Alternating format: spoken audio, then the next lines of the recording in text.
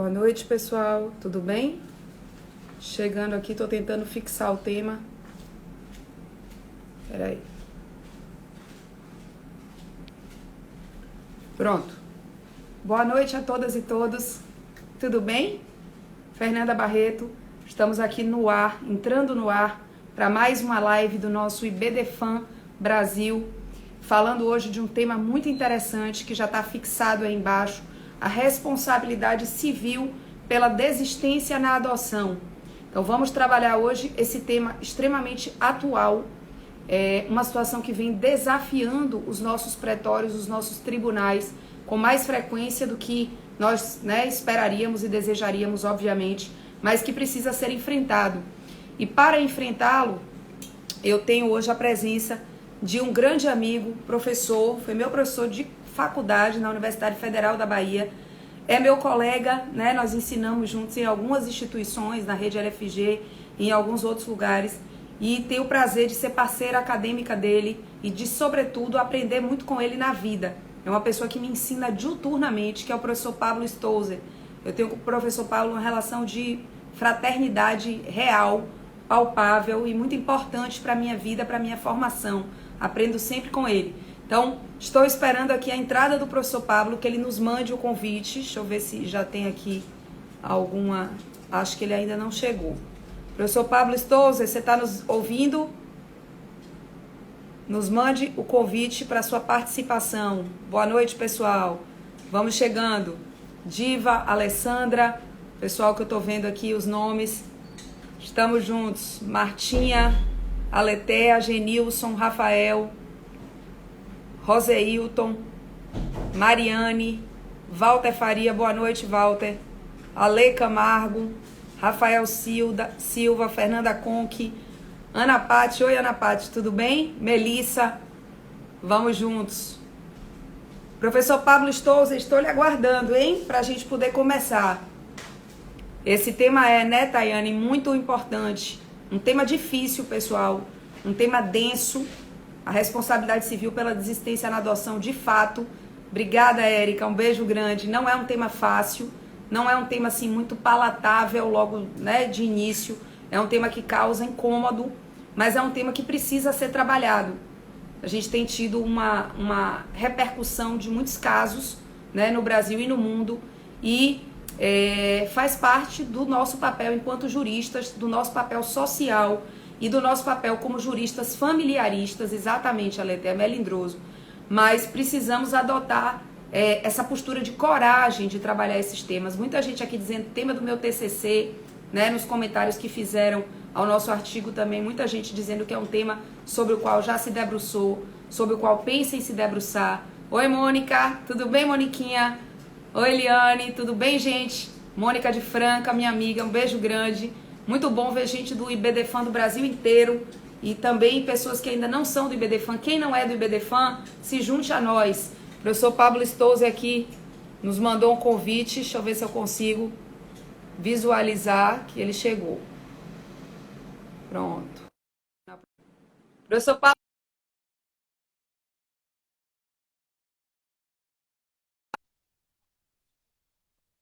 Professor Pablo, tudo bem? Olá, doutora, quanto tempo? Tá me ouvindo? Como Alto e vai? claro. Alto e Tudo claro, bem? muito bem. Eu achei que meu celular tá no modo avião, mas acabou de tocar uma ligação. Será que não Não funcionou? sei, acontece isso. Outro dia É, aconteceu comigo, eu não entendi como, mas aconteceu também. eu acho que ela ligou por WhatsApp, uma advogada. A advogada de parte contrária, que é minha amiga. Tá Estamos certo. negociando um acordo, acabou de ligar aqui. Professor Pablo, é um prazer enorme lhe receber na sua casa, que o IBDFan é também a sua casa há muitos anos. Você se lembra há quanto tempo você é afiliado ao IBDFan? Eu não me lembro, mas faz muito tempo. É capaz de eu ainda estar na faculdade, você já era associado ao IBDFan. Certamente eu ouço falar de você no IBDFan, em eventos do IBDFan, eu acho que desde estudante. Por isso que eu fiz a pergunta, a curiosidade. Eu estava dizendo ao pessoal, antes de você entrar, que você foi meu professor, inclusive, da faculdade de Direito da UFBA, e que hoje é meu irmão, meu amigo, com quem eu divido inquietações como essa que a gente traz para debater com o pessoal hoje aqui, que é justamente a responsabilidade civil pela desistência na adoção.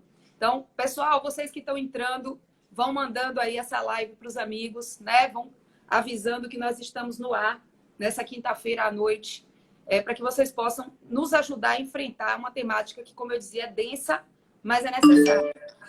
Pablo, eu queria que você falasse um pouco.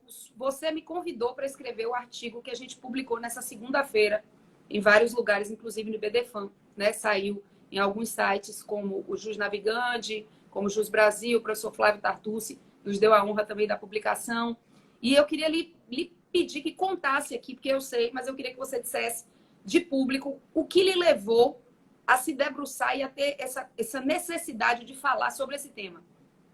Meus amigos, mais uma vez, boa noite a todos. É uma honra imensa estar aqui com vocês, uma alegria imensa estar no IBDFAN, que é nossa casa, né? Me sinto parte do... Tenho muitos amigos aí, amigos queridos. Enfim, não vou nem indicar todos, eu vou representar todos na pessoa do nosso presidente Rodrigo da Cunha Pereira, nosso querido amigo. Esse tema, responsabilidade civil por desistência na adoção, foi um tema que chegou por acaso. Eu recebi um convite do Ministério Público Estadual para ministrar uma aula para os promotores das varas da infância e juventude sobre este assunto. E eu não havia ainda isso há mais ou menos 2 ou 3 semanas. Eu não havia parado para pensar no assunto. Quando eu escutei o tema, algo estremeceu em mim. E aí eu ministrei essa aula. Eu percebi que eu levei uma tarde. Na verdade, a história é interessante, porque antes de ministrar essa aula, eu liguei para Rodrigo da Cunha Pereira, fiz um brainstorm com ele pelo telefone, e Rodrigo falou: Pablo, eu escrevi alguma coisa sobre esse assunto, mas é algo ainda muito pouco explorado. Eu sinto que é um tema que não está sendo debatido ainda. Daí eu passei uma tarde debruçado no tema, né? Cumpri desse livro novo do professor Rodrigo. E esse aqui vocês já conhecem bem também. Não estou aqui para fazer propaganda, não, porque eu estou consultando, porque eu estou escrevendo um artigo. Aí, resultado, como no dia seguinte eu fui dar a aula para os promotores, eu percebi que eles gostaram muito das conclusões a que eu cheguei. Passou uma semana, passaram-se alguns dias, eu liguei para a Fernanda, falei: Fernanda, eu vou publicar um artigo sobre esse assunto. Eu refleti, cheguei a algumas conclusões. Você tem 48 horas para escrever isso aqui junto com... Mas, Pablo, estou sem tempo. Ok, eu vou chamar outra pessoa. Não, irmão, não faça isso. Ela se virou em 40 e nós publicamos um artigo que tem tido uma receptividade muito grande. Os números no meu perfil do Instagram de acesso ao artigo são impressionantes, sabe? Então, realmente, Fernanda, é um tema que mexeu muito comigo e eu passo a palavra a você para a gente começar a falar nele. Eu queria que você relembrasse seus amigos aqui um episódio recente envolvendo uma youtuber internacional que teria devolvido um filho adotado. Esse assunto está na crista da onda. Fala um pouquinho para a gente sobre esse tema. Pronto. Gente, Pablo foi convidado para dar aula e nesse meio tempo aparece o caso dessa youtuber americana chamada Mika, enfim, a gente não sabe como se pronuncia o nome dela, casada com um sujeito chamado James Columbus e ambos pais de 4 crianças, pais biológicos. Resolvem adotar em 2017 um garotinho chamado Huxley, chinês, uma adoção internacional. E essa adoção se desenvolve e eles adotam a criança em 2017. Ocorre que ela vai a público agora no seu canal do YouTube. Ela tem também um perfil no Instagram com muitos seguidores. Ela revela a público que aquela adoção, que ela inclusive monitorou via vídeos, dividiu através de 27 vídeos, como a gente conta no artigo, com o público dela, estava chegando ao final, tinha chegado ao final, porque ela devolvera, entre aspas, o garoto, que agora já estaria, inclusive, com uma nova mãe adotiva. Foram 3 anos que a criança morou com ela, durante 3 anos. E qual foi a razão do desfazimento dessa adoção? A adoção se desfez porque o garoto foi diagnosticado, segundo o que a gente leu na imprensa, com autismo. E aí eu não sei precisar, Pablo, se é autismo, se é o TEA, né, o transtorno de espectro autista, que é muito mais amplo, como muita gente gosta de se chamar hoje. Tem várias nuances, né, várias dimensões. A gente não sabe precisar, mas ele tem algum diagnóstico relacionado ao autismo. E ela e o marido comentaram que fizeram tudo para tentar administrar as questões e não conseguiram. Que por mais que eles dessem atenção, cuidado e tratamentos médicos vários, eles não foram suficientes para estabilizar o quadro de Huxley. E que ela não conseguiu simplesmente dar conta daquela situação e percebeu que ele precisava de alguém que tivesse mais aptidão. Inclusive, revela que ele estaria com uma mãe hoje, uma nova mãe, que tem habilidade para tratamentos médicos, enfim. Mas tudo muito impreciso, né? Não foi dito exatamente o destino da criança. O que a gente sabe apenas é que a adoção não existe mais. E que não há, inclusive, eu entrei no perfil dela do Instagram, não há uma única foto mais do filho, por exemplo. Né? Ela tinha muitas fotos com o filho, foram 3 anos de relação, e hoje essa memória está, pelo menos nas redes sociais, apagada. Tá? Que eu acho também um ponto interessante da gente notar. E aí, justamente, esse caso ganhou imensa repercussão no Brasil todo. No Brasil e no mundo, né? Na verdade. É importante pontuar aos amigos que chegaram agora, quando você se depara com o título Responsabilidade Civil por Desistência na Adoção, professor, isso não vai desestimular a adoção, não. Veja, você precisa entender, e eu convido que vocês leiam o que nós escrevemos. Observe. Com neurose de clareza. Neurose de clareza. Veja só. Quando eu fui para a jurisprudência brasileira, eu descobri julgados em tribunais brasileiros enfrentando o problema em ações civis propostas pelo Ministério Público contra casais que estavam devolvendo crianças. E eu percebi que esta matéria estava, vamos colocar assim, ó, ela não estava sistematizada. Então, eu falei, Fernanda, meu primeiro esforço vai ser tentar doutrinariamente sistematizar essa questão. Tá? Então, veja, nós dividimos o nosso raciocínio na elaboração desse artigo em 3 etapas, para vocês compreenderem isso aqui. Etapa número 1, vamos colocar assim. Tá?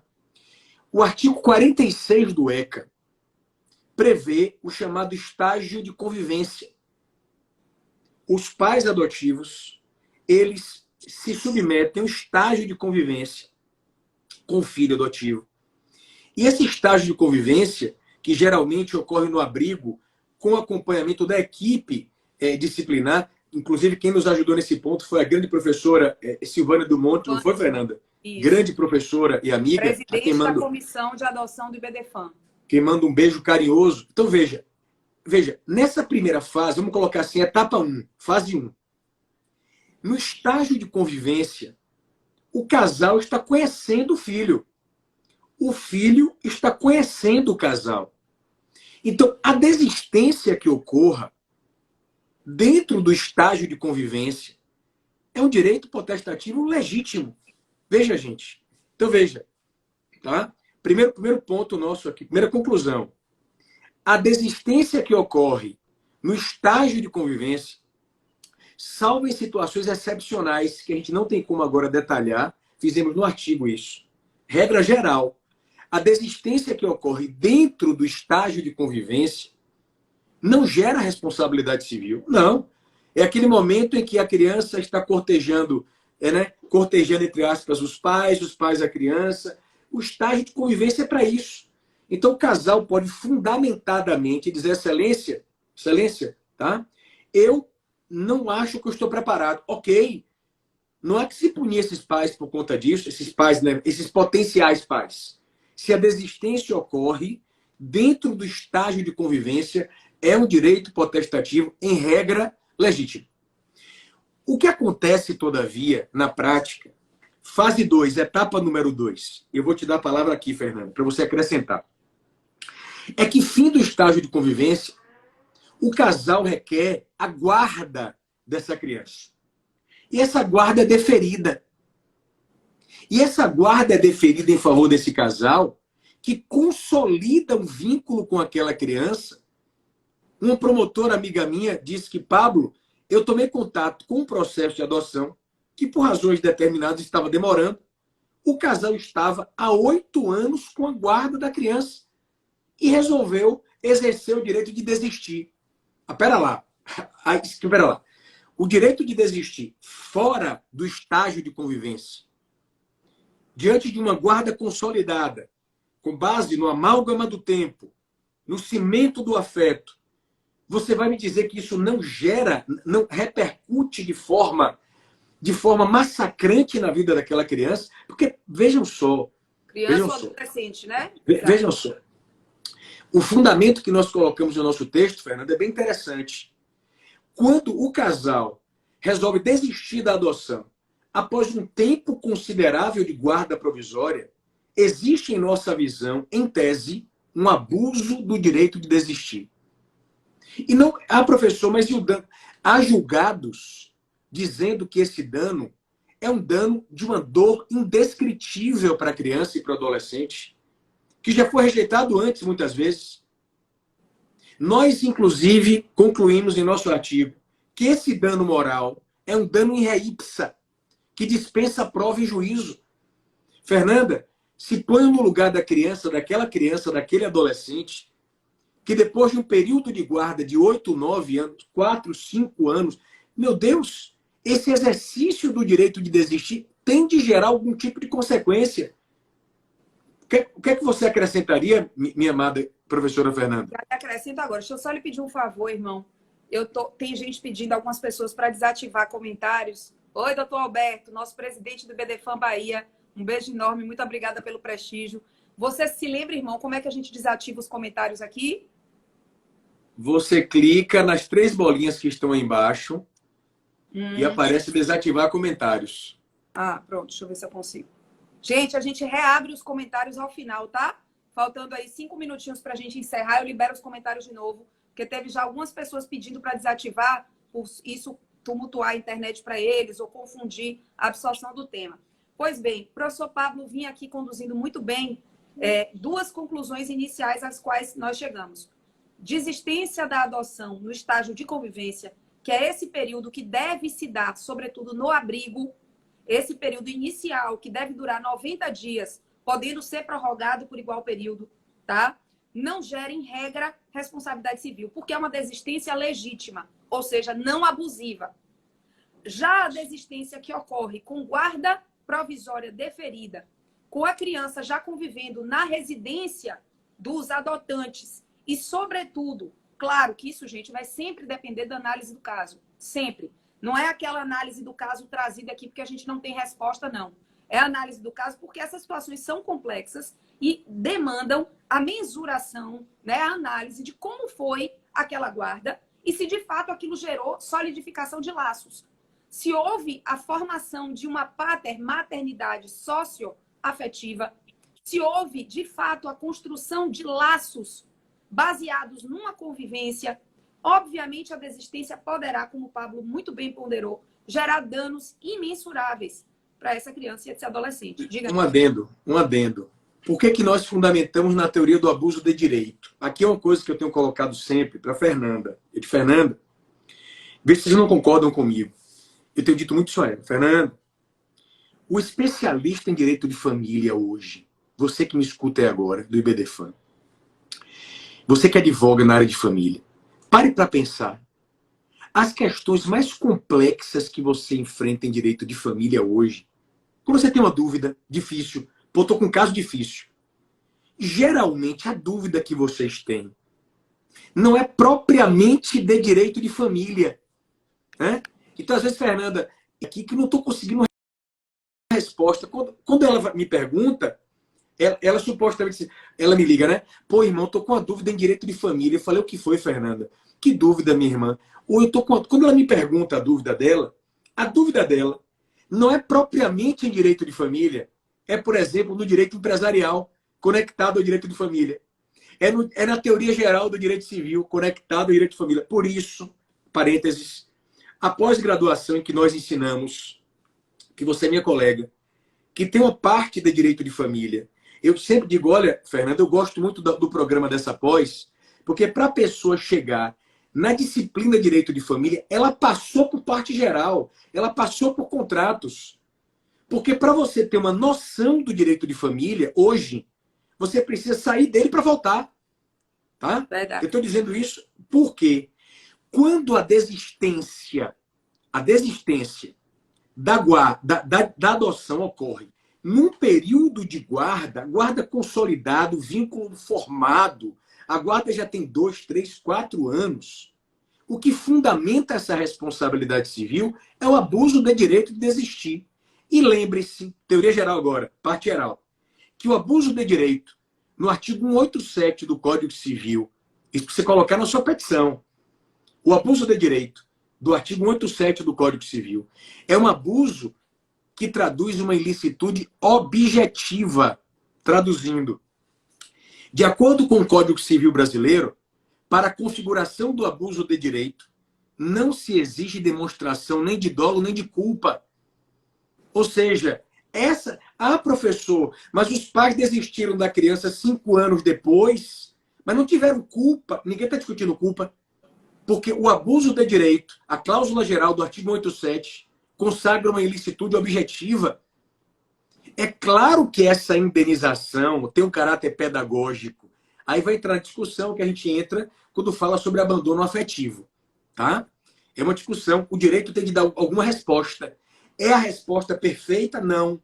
Mas é a única resposta que existe, a indenizatória, com esse caráter pedagógico.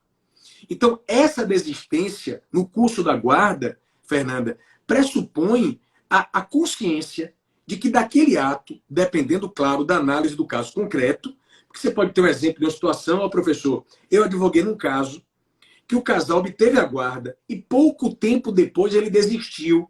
Bom, aí não se visualiza um dano, talvez, pouco tempo depois do estágio de convivência, tá? Depende do caso. Ou, irmão, como um caso que eu dividi com você recentemente, né? Me contado por uma colega aqui do EBDFAN, muito talentosa, que fez uma live, inclusive, incrível ontem com o professor Caldeirão, que é a professora Marília Xavier. Se é um caso em que a existência do laço com a família biológica não se rompeu, não houve rompimento, porque continuou uma convivência intensa das crianças com um dos genitores, e por isso mesmo o laço afetivo não se formou com a nova família, aí também já é uma situação que eu acho distinta, precisa ser analisada com a sua peculiaridade. Não é disso que nós estamos falando. Não. Nós estamos tratando aqui diretrizes gerais, como doutrinadores. Exatamente. Primeira conclusão nossa, se a desistência ocorre dentro do estágio de convivência, não há responsabilidade civil. Conclusão 2. Se a desistência ocorre durante um período de guarda em que o vínculo foi consolidado, pode haver responsabilidade civil na devolução. Com base em que, professor? Teoria do abuso de direito. Gerando um dano em re ipsa. Perfeito. Gente, agora... para vocês entenderem a dimensão desse problema, é só vocês entenderem qual é a palavra mais usada, inclusive pela imprensa, quando vai narrar os casos de desistência de adoção, que é o quê? Devolução. As pessoas falam em devolver. Devolução. Devolver, você devolve o caderno. Ah, professor, mas eu ouvi isso outro dia. Os pais adotivos preferiram devolver mesmo porque estavam tendo uma ambiência familiar difícil e é muito melhor devolver. Então, vou fazer uma pergunta a quem me colocou isso. Problemas de relacionamento, pais biológicos também têm com filhos biológicos. Nós vamos devolver o filho biológico para quem? Essa é a pergunta. Porque, veja, e aqui vou entrar na terceira conclusão. A terceira conclusão me deixa nervoso, eu fico tenso. Porque eu tenho escutado... Gente, escutem só. Conclusão 1. Vou recapitular, neurose de clareza. Se a desistência ocorre no estágio de convivência, não há responsabilidade civil. Ok, regra geral. Conclusão 2. Se a desistência ocorre após o estágio de convivência, durante a guarda provisória com vínculo já consolidado, pode haver responsabilidade civil com base na teoria do abuso de direito. Conclusão 3. A desistência da adoção após a sentença transitada em julgado é inconcebível, inadmissível, inaceitável. Eu tenho escutado isso. Não, mas eu posso devolver o filho que eu adotei. Como? Como assim? O artigo 39 do ECA, por ali, diz a adoção ela é irrevogável. Após a sentença transitada em julgado de adoção, não há como devolver filho adotivo. Sabe por quê? O argumento é simples. Porque você não pode devolver filho biológico. Se você defender a tese de que pode devolver um filho adotado após a sentença transitada em julgado, você está em seu subconsciente criando uma discriminação com o filho biológico. Exatamente. Porque da mesma forma que você não pode devolver um filho biológico, você não pode devolver um filho adotivo após uma sentença transitada em julgado. Essa devolução, se ocorrer no plano fático, porque juridicamente, se o cidadão ingressar com a demanda para devolução de filho adotivo, na minha visão, esse pedido é juridicamente impossível. Na minha opinião, o juiz pode liminarmente julgar o processo. Artigo 332 do CPC, caso de improcedência liminar atípica. Devolver filho após a sentença de adoção transitada em julgado, e vou mais além. Se o casal devolve faticamente, pegou o filho, que já foi adotado oficialmente, levou no abrigo, chegou no fórum e deixou, largou o filho, estou devolvendo aí. Tem uma notícia, irmão, outro dia eu vi uma sentença que condenou por danos morais um casal que devolveu, entre aspas, uma menina adotada há 8 anos, 9 anos. Já moravam com ela há 9 anos. E entregaram no fórum, ou na vara, não me lembro agora, de infância e juventude, entregaram a criança que eles adotaram 9 anos antes. Gente, então, pode ser um ilícito penal. O artigo 133 do Código Penal, abandono de incapaz. Então, veja. A gente pode até discutir aqui, olha, a devolução, essa expressão, eu não gosto do nome, devolução. Você devolve a coisa, mas não um ser humano. Um caderno. Após uma sentença transitada em julgado, na minha visão, processualmente, é caso de improcedência liminar. Eu nem cito o réu.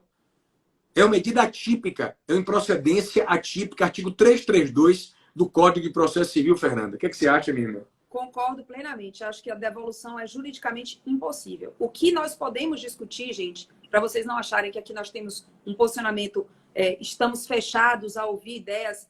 Acreditem, nós pensamos muito antes de escrever, discutimos, debatemos entre nós, debatemos com amigos, né? Conversamos com especialistas, ouvimos Silvana, não é isso? Silvana, com o professor Salomão Viana, um grande juiz federal aqui de Salvador, nosso amigo, mestre em processo civil, sobre essa questão da improcedência liminar. Cogitamos vários cenários. O que a gente entende é o seguinte: obviamente, no Estado democrático de direito, né, não existem direitos absolutos. Você pode, por exemplo, discutir o desfazimento jurídico de uma adoção em função do melhor interesse da criança. Já temos precedente em tribunais brasileiros. Temos uma decisão que ficou muito conhecida de PJ Minas Gerais, né, terra do nosso IBDFAN, em que a juíza desfez a adoção porque a adotada era prima do irmão adotivo, biologicamente prima. Os pais dela morreram, ela foi adotada pelos tios. Ela se apaixonou, o irmão e ela se apaixonaram.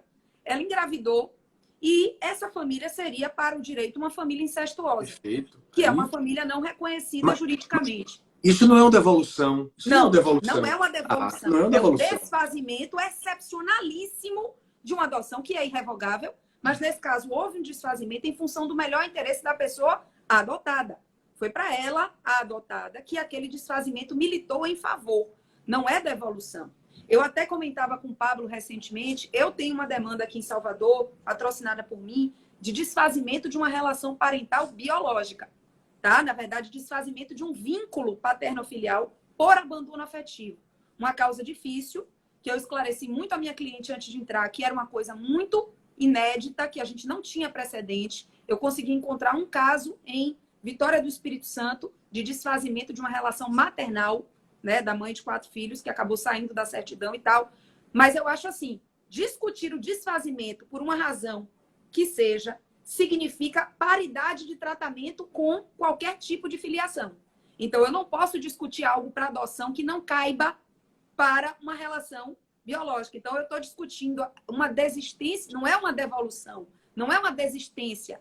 É a minha cliente filha dizendo, eu não tive pai a vida inteira, meu pai é uma ausência e eu quero que ele saia da minha certidão, eu não quero ter vínculo jurídico com ele. É outra coisa.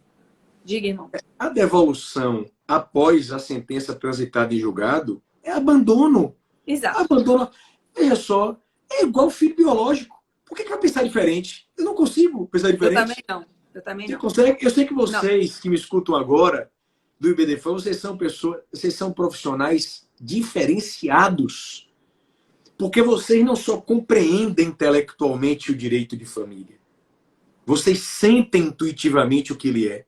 Eu sei disso. Então eu sei que agora essa afirmação minha, eu não consigo entender como alguém defender que pode se devolver um filho adotivo já adotado oficialmente, sem ter se tratado julgado, porque você também não pode devolver o biológico. A razão é a mesma. É a mesma equiparação constitucional. Para quem? Para Deus? Não, é algo assim que a gente fica, sabe? Então, realmente é uma discussão. E veja, Fernanda, é algo delicado, porque essa responsabilidade civil, ela não seria só pelo dano moral. No caso de uma devolução, já havendo o vínculo, vai continuar pagando alimentos. Porque foi reconhecido como pai. A obrigação alimentar continua. Exatamente. Não deixou Quer dizer, de ser pai. Não deixou de ser nem pai. Mãe, né? A gente fala Você que não pai... pode... Porque pense assim, né? Professor, mas ele viu que não deu certo. Sim, e com biológico.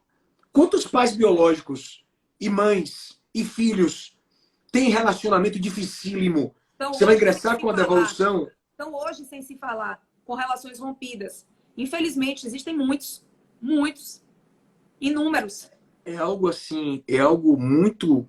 mexe comigo esse assunto, sabe? E tem uma coisa, irmão, que eu acho importante a gente colocar, é que muitas vezes o argumento para a devolução, toda vez que a gente falar devolução, a gente coloca em as aspas, tá? Porque é um termo completamente inapropriado. A gente está usando porque é o termo que tem se usado, né? Exatamente. É o que você mais encontra na imprensa com as notícias sobre desfazimento na adoção é o devolução. O título do nosso artigo não é devolução, é desfazimento na adoção, como está o título dessa live. Desistência na adoção, exatamente. Desistência na adoção. Mas observe o seguinte, qual é o argumento mais comum para a desistência na adoção? Depois de adotar, se constatou que o temperamento do adotando era inviável para a manutenção do vínculo paterno-filial. Era uma pessoa problemática, era uma pessoa com questões, começou a usar drogas, não conseguiu se desenvolver na escola. A gente ouve. Olha o caso aí do Huxley, do menininho chinês, adotado pelo casal americano. Se fossem pais e mães biológicos de um filho autista, com autismo, com transtorno de espectro autista, não teriam a opção de simplesmente dizer eu não quero ser pai ou mãe dessa criança. Como disse Pablo, se a entregassem, seria em regra o abandono, a não ser que a entregassem para adoção, né? A não ser que a entregassem nos moldes de uma adoção. Mas o que a gente quer dizer não é porque o vínculo se formou por adoção que ele é assim, ó, desconstitui porque não funcionou. Não é assim, a gente está falando de relações humanas. Inclusive, gente, relações humanas demandam investimento. Responsabilidade. Mesmo. Responsabilidade e investimento, Pablo. Você é pai, eu sou mãe, a gente sabe, né? Quantas arestas a gente tem que aparar todos os dias. Não são relações perfeitas, porque nós, seres humanos, somos imperfeitos. Nós temos questões, são universos diferentes, ideias, cabeças se juntando, né? Posições diferentes que cada um ocupa nas suas relações sociais e que repercutem na sua vida privada, na sua esfera familiar. Então, assim, como o Pablo muito bem colocou, nós não estamos aqui defendendo a possibilidade de responsabilização como forma de desestímulo à adoção. Exatamente. Muito pelo contrário, né, irmão? Muito pelo contrário. Na verdade, Exatamente. Nós estamos apenas militando em favor de uma adoção que seja encarada, quando firmada, como uma relação paterno-filial qualquer. Porque não somos nós que determinamos. Um caso recente. É um assunto que mexe comigo, assim, sabe? Porque eu ainda lembrei disso ontem. Eu conduzia um procedimento de adoção há alguns anos e eu, na condição de magistrado, tinha de escutar, ouvir o pai adotivo. Pelo que eu me recordo, era uma adoção até em tudo persona, salvo engano. Ele já mantinha um vínculo com a adotanda, por meio de guarda, eu não me lembro bem. Não me lembro bem se na época já havia o cadastro, tem muitos anos. O CNA. O fato é que eu conversando com esse senhor, tinha de escutar, colher o depoimento, o Ministério Público presente, ele não conseguia falar. Ele soluçava. Ele chorava e dizia, doutor juiz, eu estou adotando minha filha. É minha filha. Foi tão emocionante que eu disse a ele, olha, eu não quero ouvir mais o senhor. Suas lágrimas falaram tudo. Isso é paternidade. Isso é maternidade. Quer dizer, um vínculo que vai além do sangue e que traduz um valor divino. Um valor divino, divino. Não importa o sangue, né? Eu costumo brincar dizendo, se minha esposa chegasse para mim, sentasse, Pablo, eu quero falar uma coisa séria com você, olhasse no meu olho, você conhece minha esposa, Fernanda? Kaline, muito bem. Ela estava, parênteses aqui, ela estava na cozinha agora, pulando de alegria. O que foi? Aí ela te ganhou, ela te ganhou, ela te ganhou no sorteio. Aí eu falei, eu nunca ganhei num sorteio, Pablo, nunca ganhei. Eu me lembrei de meus alunos quando eu sorteio o livro. Por quê? Porque tem gente que tem sorte para sorteio, tem gente que não tem sorte para. Ela nunca ganhou nada. Eu falei, você ganhou? Ela falou, ganhei. Eu perguntei o que? Ela é uma esponja. Ela ganhou uma esponja de um site, ganhou uma esponja de alguma coisa. Eu fiquei feliz, porque a felicidade não é o bem em si, é o agregar o momento, né, da esponja. Claro. Mas eu peguei o exemplo de minha esposa para dizer o seguinte, é algo assim... Não, você disse que se ela um dia sentasse com você... se ela dissesse para mim que minhas duas filhas não são minhas filhas, eu ia ficar arrasado. Pablo, você se divorciaria? Eu não sei. Eu não sei, eu não posso. Seria hipocrisia minha dizer que eu não me divorciaria. O que eu posso dizer é, não tocaria no fio de cabelo de minha esposa. Nunca. Jamais. Eu sempre costumo dizer que a violência contra a mulher é um dos indicadores da involução moral e espiritual de uma sociedade. Isso vem desde a escritura sagrada do Ramayana. Quer dizer, então, isso aí jamais. Me divorciaria? Não sei. Aí se ela olhasse para mim, Pablo, suas filhas são filhas de fulano. Eu, Fernando, ia ficar arrasado. Mas eu ia lutar pela paternidade delas até Haia, na Holanda. Porque são minhas filhas. São minhas filhas. Não importa que não tenha o sangue. Ali, não estou dizendo com isso que a paternidade biológica não é importante. Não, ela é. A paternidade biológica, ela está no patamar da afetiva. Mas o biológico pressupõe o afeto. Há situações em que o afeto vence o sangue. A gente sabe disso. Então vejam só, num caso recente, publicado pelo consultor jurídico, todos conhecem o Conju, julgado do TJ da Paraíba. Tá? O casal... Teve uma amiga nossa que entrou aqui no começo, que é da Paraíba, e comentou que julgaram na Paraíba recentemente um caso. Deve ser esse. Desistiu de uma adoção, salvo engano, já havia 3 anos de guarda, salvo engano, agora está no nosso artigo, eu não me lembro exatamente agora. Desistiu e o tribunal, foi um grande julgado paraibano, reconheceu ali a responsabilidade, a situação, a gravidade daquela desistência. E um detalhe na notícia, Fernando, você pode me ajudar? O casal estava habilitado no cadastro e optou, em determinado momento, por crianças de 7 anos. Sim. Com isso, eles aceleraram a habilitação, porque, em tese, é mais fácil adotar criança de 7 do que de 2, por exemplo. Isso. E aí as crianças foram para casa. Aí alegaram que as crianças praticavam pequenos furtos. Aquilo que você comentou comigo, Fernanda, que às vezes a criança adotada não tem determinadas percepções por ter morado muito tempo num abrigo. Fale um pouquinho sobre isso, que é importante. Gente, eu fiquei muito emocionada ouvindo a Silvana, né, do Monte, que para mim é uma das pessoas que, sem dúvida, mais entende de adoção. Merece todo o nosso respeito, registre isso aqui. Todo o nosso respeito, e trata do tema com muita técnica, mas também com muita sensibilidade. E Silvana me dizia, Fernanda, eu já cansei de ouvir pais e mães, depois da adoção, se queixando, por exemplo, que o filho come demais. O filho adotivo tem uma fome incontrolável. Sabe de onde vem essa fome, minha amiga? É a fome de quem viveu num abrigo em que toda a comida é racionadinha. É separada. Ninguém passa, não passa fome. Quer dizer, ninguém não, né? Enfim, em regra não se passa fome, mas você tem as porções individuais racionadas. Então, quando ela chega numa casa em que a comida é liberada, até ela entender que ela não vai passar vontade, que ela pode pedir para comer em outros horários, demora até ela introjetar isso. Então, ela tem a ânsia. Uma outra questão que eu achei muito interessante, essa ainda mais impactante, Pablo, é exatamente a questão dos furtos. Ela disse, muitos pais no começo acham que estão sendo vítimas de furtos porque as crianças pegam alguns objetos da casa sem pedir e tal. Na verdade, no abrigo, não existe noção inicial de propriedade individual. A sandalinha que é usada por Joana pode ser usada por Maria, pode ser usada por Cláudia, pode ser usada por Fernanda.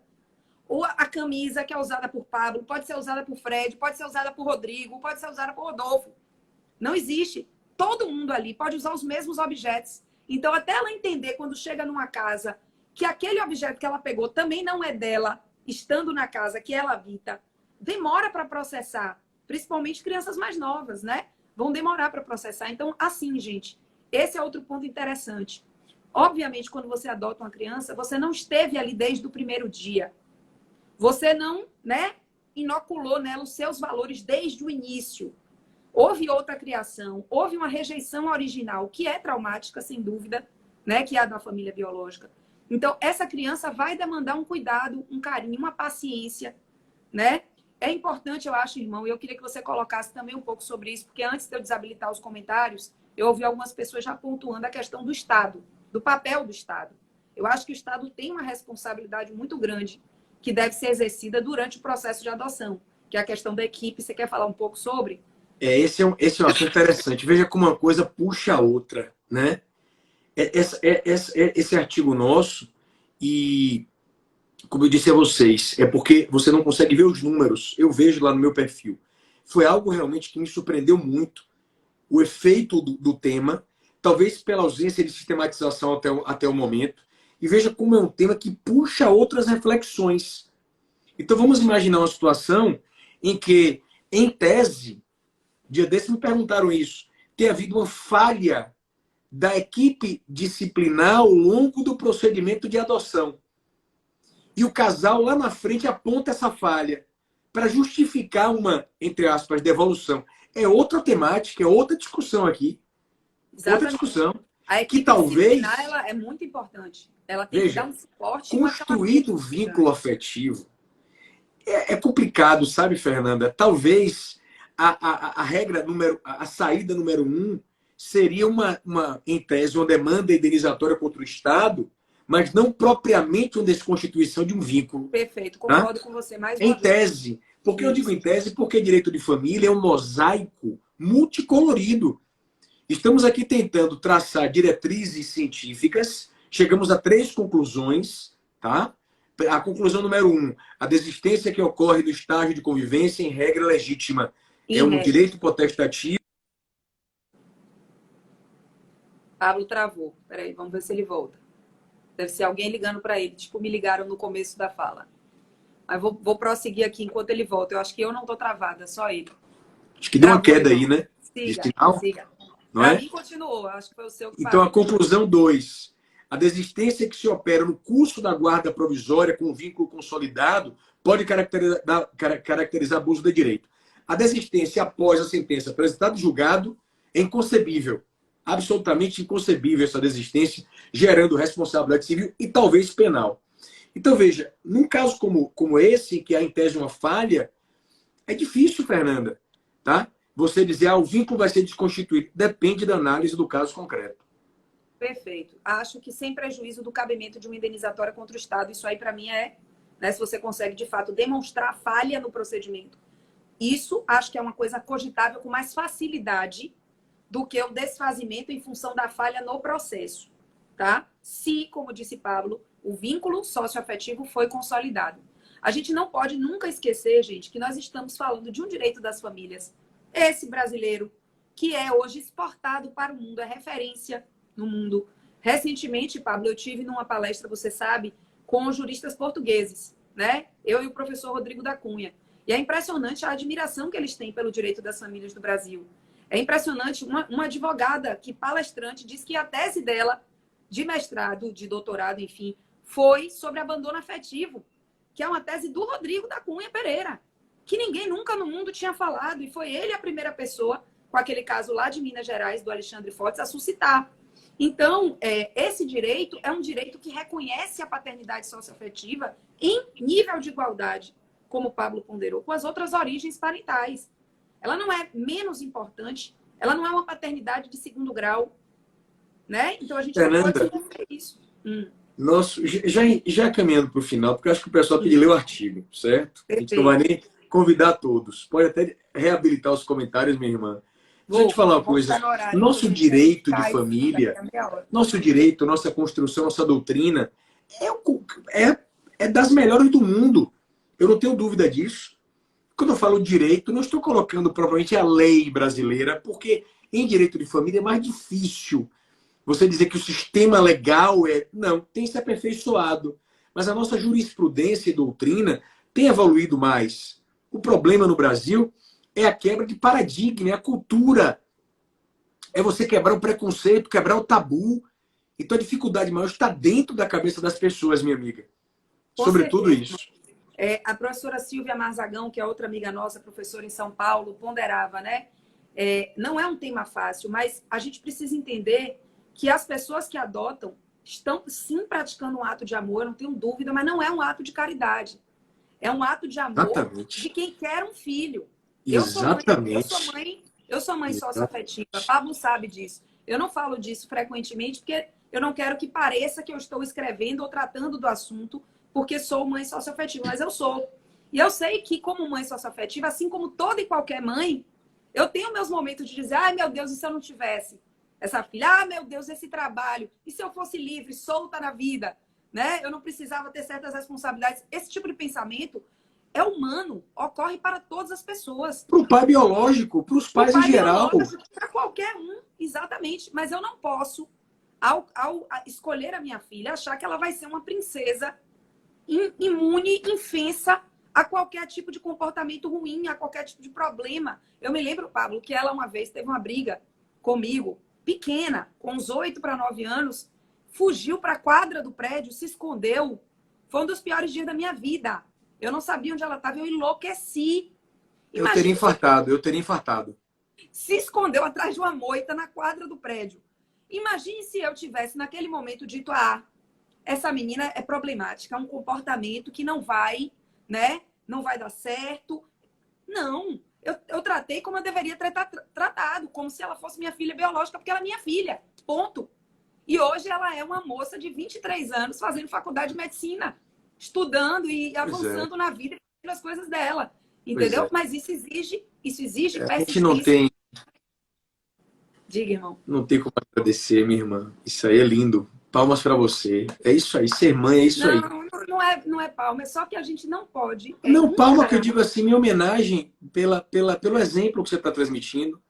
Entendeu? Sim. Que não é um favor que você faz a ela. Não é. Não, de forma até um dever. Veja só. A ministra Nancy Andrighi tem no famoso julgado de 2012 sobre abandono afetivo, ela fala: amar é faculdade, cuidar é dever. Exatamente. Cuidar é um dever. E tem que ter essa percepção. Cuidar é um dever. Então eu costumo dizer às minhas filhas, quando elas são pequenas, né? A criança pequena fala, não gosto de você, quando tá fazendo birra. Falei, mas respeite seu pai. Costumo dizer assim, respeite seu pai. No fundo eu sei que gosta, né? Com a mãe tem um xodó maior, eu já não ligo mais. Porque o amor verdadeiro é aquele que você não quer nada em troca, meu amigo. É isso que eu percebi com o filho. Eu não quero que ela... Não precisa me amar, seja feliz. Sabe aquela coisa assim? O amor mesmo, amor. Você não quer uma contraprestação. Claro que é ótimo ser amado. Poxa, eu amo o Fernando como minha amiga e irmã. Ela me ama, eu acho, como amigo e irmão. Ela gosta de mim. Mas veja, se Fernanda não gostar de mim, eu quero bem para você, Fernanda. Isso é amor. Para além das fronteiras da família. Porque, na minha opinião, já que é lá, eu posso abrir meu coração, não posso? Claro. Então, já que está acabando... Esse amor é extremamente correspondido. Já que está acabando... Tá. Três rápidos comentários. Primeiro, convidar todos os amigos a participarem do IBDFAN, a seguirem o IBDFAN. O IBDFAN é uma grande família, tá? Eu reitero o que foi dito por Fernando. Aproveitar e dizer também, Nanda, quem quiser o programa da pós em que nós ensinamos, pode mandar um e-mail para mim se quiser, pablostoso@gmail.com. Eu mando para quem quiser. Essa pós em que há esse entrelaçamento, inclusive com o direito de família, mas não apenas, tá? Certo. Mas eu encerro dizendo o seguinte, já que é uma live, eu posso dar minha opinião pessoal. Não quero que ninguém concorde nem discorde. É minha opinião. Direito de dar opinião todo mundo tem. O nosso grande desafio, Fernando, é romper as barreiras do nosso amor, do nosso afeto, para além da nossa família. Porque, veja, Esse é o grande ponto. Então a gente vai pegar assim grandes homens que passaram pela humanidade, independentemente de religião.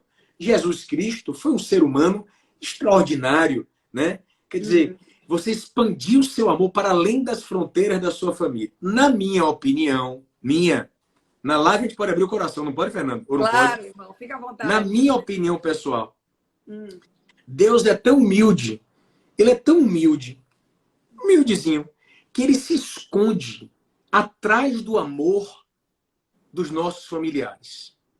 Quando nós amamos imensamente o familiar nosso, lá no fundo, a gente não sabe, mas é o amor dele que a gente busca e o amor dele que a gente tem através desse familiar.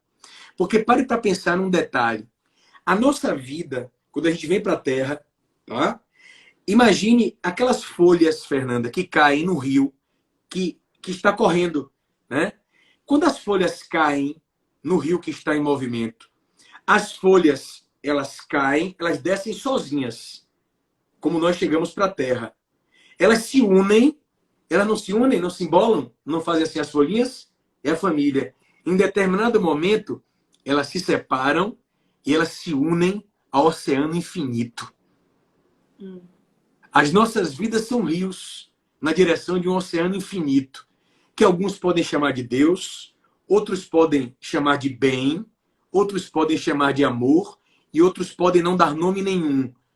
Porque muito mais importante do que ficar falando isso é agir de acordo com o bem. É isso que eu admiro nas pessoas e que admiro em você, minha amiga querida. Viu? Irmão, muito obrigada. O pessoal pediu para eu te pedir para passar o e-mail de novo.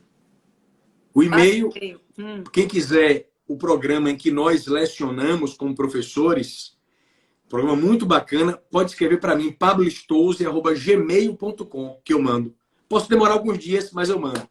Leiam o artigo, pessoal, para se aprofundarem, para pensarem com a gente. Não somos donos da verdade, não temos a menor pretensão de ser. Escrevemos sobre o que nos inquieta, sobre o que nos toca, sobre o que achamos que merece o nosso olhar, a nossa dedicação.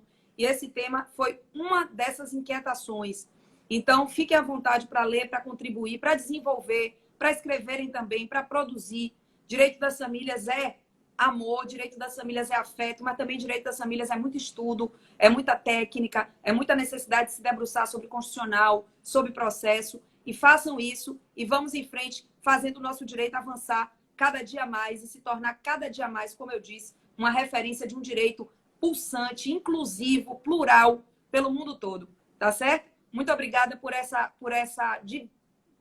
partilha, irmão. A gente partilha muito e partilhar com outras pessoas, partilhar em público, tornou esse momento ainda mais especial. Você é uma pessoa que eu amo, você sabe disso muito, que me ensina todos os dias. O IBDFAN é uma casa para mim, é minha escola diária. Eu tenho muito orgulho de fazer parte desse instituto e poder dividir um pouco das nossas reflexões hoje aqui. Foi mais um desses privilégios do divino, esses privilégios aí do mistério e desse oceano infinito. Tá certo? Obrigada, gente. Um beijo grande. Irmão, só me dê mais uma dica. Como é que eu faço aqui para não ter risco de não ficar salva?